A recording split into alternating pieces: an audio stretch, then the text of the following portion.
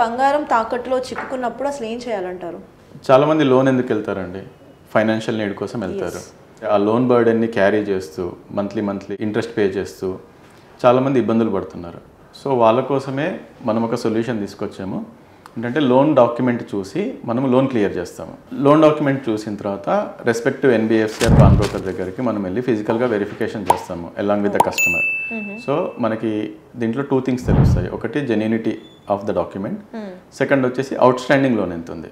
Gold loan clear అయిపోయిన తర్వాత ఆర్నమెంట్స్ని మనము తీసుకొచ్చి మన బ్రాంచుల్లో మొత్తం ప్రాసెస్ చేసి ఫైనల్ వాల్యుయేషన్ అరైవ్ అయిన తర్వాత డిఫరెన్స్ అమౌంట్ని మనం ఇమీడియట్గా పే చేసేస్తాము. ఆర్నమెంట్కి ఏ ప్యూరిటీ ఉంటే ఆ ప్యూరిటీ మనం పే చేస్తున్నాము. సో దీని ద్వారా కస్టమర్ వాల్యూ గోల్డ్లో ఎక్కువ విలువ పొందే ఛాన్స్ అనేది చాలా 100% ఉంటుంది. ప్యూరిటీ టెస్ట్ అనేది గోల్డ్కి ఎందుకు చేయాలంటారు? ప్యూరిటీ టెస్ట్ ఎందుకు చేయాలి అంటే ఆర్నమెంట్ సరైన విలువ తెలుసుకోవాలంటే ఖచ్చితంగా ప్యూరిటీ టెస్ట్ చేయాలి. నార్మల్గా పాతకాలంలో గీటు రాయితోటి గీకేసి కలర్ షేడ్ బట్టి ఏ ప్యూరిటీ ఉందని తెలుస్తుంది. అది కరెక్ట్ అవ్వచ్చు, రాంగ్ అవ్వచ్చు, కానీ రాంగ్ అవ్వడానికి కూడా చాలా స్కోప్ ఉంది. ప్యూరిటీ మెషిన్ లో చేసిన రిజల్ట్స్ యాక్యురేట్ రిజల్ట్స్ ఉంటాయి అన్నట్టు. ఓకే, కానీ చాలా మంది ఇప్పుడు రీసెంట్ గా అయితే మెషిన్స్ యూజ్ చేయడం జరుగుతుంది కదా, ఎందుకు స్పెసిఫిక్ గా వాల్యూ గోల్డ్ నే సెలెక్ట్ చేసుకోవాలి? గోల్డ్ బయింగ్ లో ఎవరు కూడా ఆటోమేటెడ్ ప్రాసెస్ ని ఇంట్రొడ్యూస్ చేయలేదు.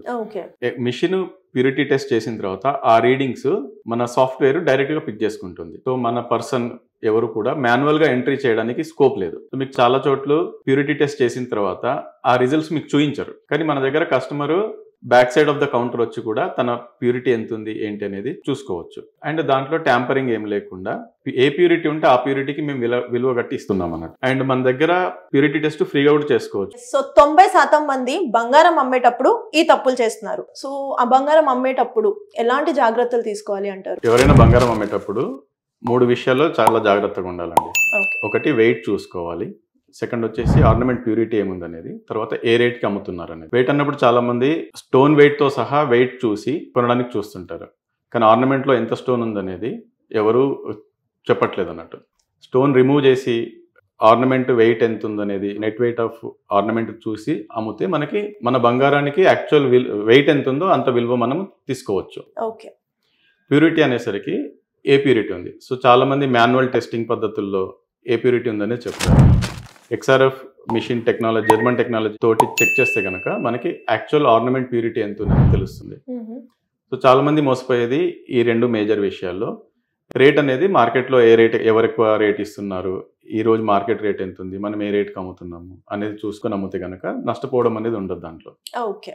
అండ్ చాలా మంది మిడిల్ మ్యాన్ ద్వారా, ఒక బ్రోకర్, ఒక ఏజెంట్ ద్వారా అమ్మడానికి చూస్తుంటారు.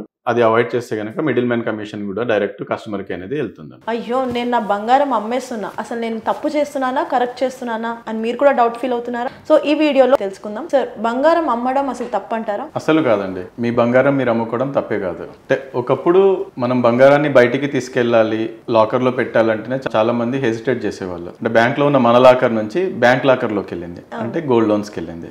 3 decades నుంచి పీపుల్ పర్సెప్షన్ చాలా చేంజ్ అయింది. బంగారాన్ని ఒక సెంటిమెంట్ కాకుండా ఒక ఆస్తిలాగా, ఒక ఆల్టర్నేటివ్ ఇన్వెస్ట్మెంట్ లాగా చూస్తున్నాం. సో ఆల్టర్నేటివ్ ఇన్వెస్ట్మెంట్ అంటే ఏంటి? మనకి ప్రాఫిట్ ఉన్నప్పుడు, అంటే రేట్ పెరిగినప్పుడు అమ్ముకోవడము is a smart decision.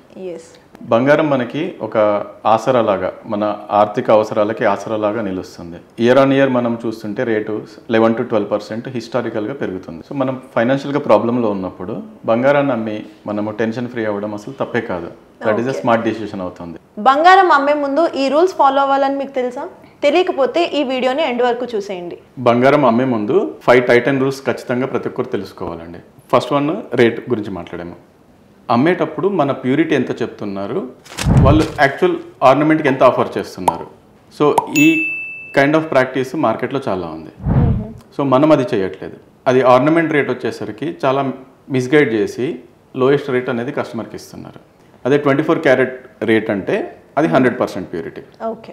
22 carrot అంటే 91.6 ప్యూరిటీ, 18 క్యారెట్ అంటే 75% ప్యూరిటీ. సో కస్టమర్ ఆర్నమెంట్ ఏ ప్యూరిటీ ఉంటే ఆ ప్యూరిటీ వాల్యూని మనం ఇస్తున్నాము, కానీ యాక్చువల్గా చాలా మోసపోతున్నారు అన్నట్టు చాలామంది ఈ రేట్ అనేది తెలియకుండా. ఓకే. సెకండ్ వచ్చేసి purity test. So old traditional మెథడ్లో గీటర్ అయిపోయిన గీసి అమ్మకుండా, అంటే ప్యూరిటీ తెలుసుకోకుండా సిస్టమ్ XRF ప్యూరిటీ మిషన్ చెప్పే రీడింగ్స్ని మనం బిలీవ్ చేయడం 100% కరెక్ట్ అంటాను. ఓకే. సో దాంతో ప్యూరిటీ తెలుస్తుంది. థర్డ్ పాయింట్ వచ్చేసరికి మెల్టింగ్ అన్నాను.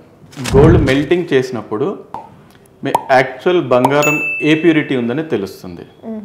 మెల్టింగ్ చేయకుండా మన యూసేజ్ బట్టి ఆ ఐటము అక్కడ ఒక ప్లేస్లో మనం ప్లేస్ చేసినప్పుడు ఈవెన్ 22 క్యారెట్ ఐటమ్ కూడా లెస్ ప్యూరిటీ వచ్చే స్కోప్ ఉంటుంది.